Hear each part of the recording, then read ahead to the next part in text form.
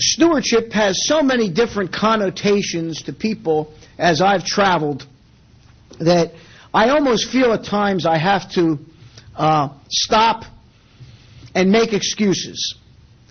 I have been to all the seminars, I have been to all the education there is on stewardship, so those that I speak about today are my own opinions. It's called The Theology According to Ernie Bono. And it's interesting because as I even looked around, somehow or other we get into a little bit of trouble. Stewardship is not about money. I'm going to establish that very quickly. It is not about money. And I had to learn that through the years. It's a change of heart. It's a way of life. Many years ago, I was a young agent in the insurance business, and I didn't know what I was getting into. 6 months into it, I said, this is not a job. This is not a career. This is a way of life. You do it morning, noon, night. You think about it. You go to sleep, you dream about it. Change of heart. And only we can change our hearts. I think you have to ask some basic questions.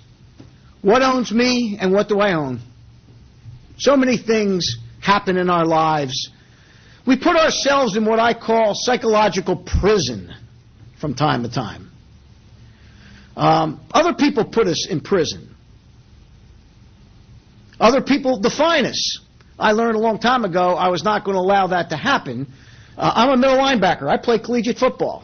If I were to listen to the pundits or the people in my life saying I couldn't do things, I wouldn't be standing here before you. I'm not going to let anyone define me except Jesus Christ, because He is my leader and He is my God. I believe that stewardship is the new evangelization of the Catholic Church, and we better be evangelizing. I got to tell you something else. It's going to sound like I'm selling my book, but I'm not. This is a good book. And I don't, you know, I was just telling my publisher, who's over there trying to sell the book, he's a Catholic priest. I thought it was interesting. I received so many accolades because of this book. But you talk about evangelization.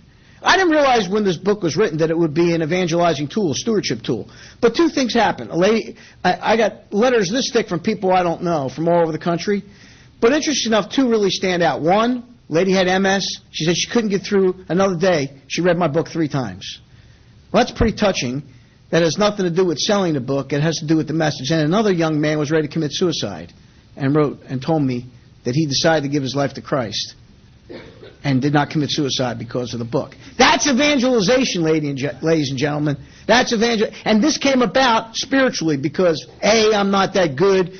B, the book probably should have never been published, but it was. And that's the thing that gets me around. I used to think, oh boy, I wrote a book. Well, no, it's not about the book, and it's not whether the book is good or bad. It's about the message. And the message is evangelization. Stewardship should change the way we live our lives on a day-by-day basis. A Christ-filled life. A Christ-filled life. A day that's prayerful. It starts off with prayer.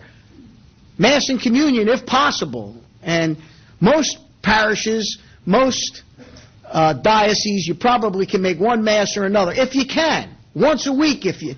But prayer is so important. Incessant prayer is so important. Theology of stewardship. This is very simple. I walked into my glasses. I tend to mess up glasses. I'm ruffling things. I walked in last week, and the guy knows me for 20 years. He said to me, Mr. Bono, aren't you in the financial services field, or weren't you? I said, yeah. He goes, well, aren't you concerned about what's happening right now? And I go, well, concerned, yeah. He goes, but you look so happy. I said, look, everything is gift. What God has given me is His gift. If He wants to take it away, I have no recourse. So I'm not going to become emotional over this. I'm going to be joyful and give it to God 1,000%. And that really is the theology of stewardship. God is the owner and giver of all things. I woke up to this many years ago. All my talents are a gift from God. Every baptized person is a disciple of Jesus Christ, no matter what the cost. Now, that's an interesting concept here, because what's the cost? See, what is commitment? I always think about the good American breakfast I had this morning. You know, you have bacon and eggs. Well, the chicken he's a participant, but the hog, he's committed. And, that's very, very important as we think about the word commitment. People say they're committed, but there is a price to pay, and there is a cost for everything. The Vatican Council invites and encourages all of us to action. And that's a great thing, especially for the priesthood of the laity. And today, priests and religious all over need the laity. Now more than ever. Now is the time to rise up. There is a lot of anti-Catholicism sentiment in the world. Trust me, I've been around, and I can't believe it. I could give you detail and stories about it. But people are attacking our religion, some from within, but mostly from without. A lot of preconceived ideas of who we are, what priests are, and it's unbelievable. And it's up to laity to stand strong. And I always think about that song, The Quest. I'd love to go into hell for a heavenly cause, and I would lead the brigade. And I think that's the kind of attitude we have to have. I speak about attitude. I was thinking, another story. My son Ernie is now 38. When he was 5, he was the first of what I call the Sesame Street generation. And he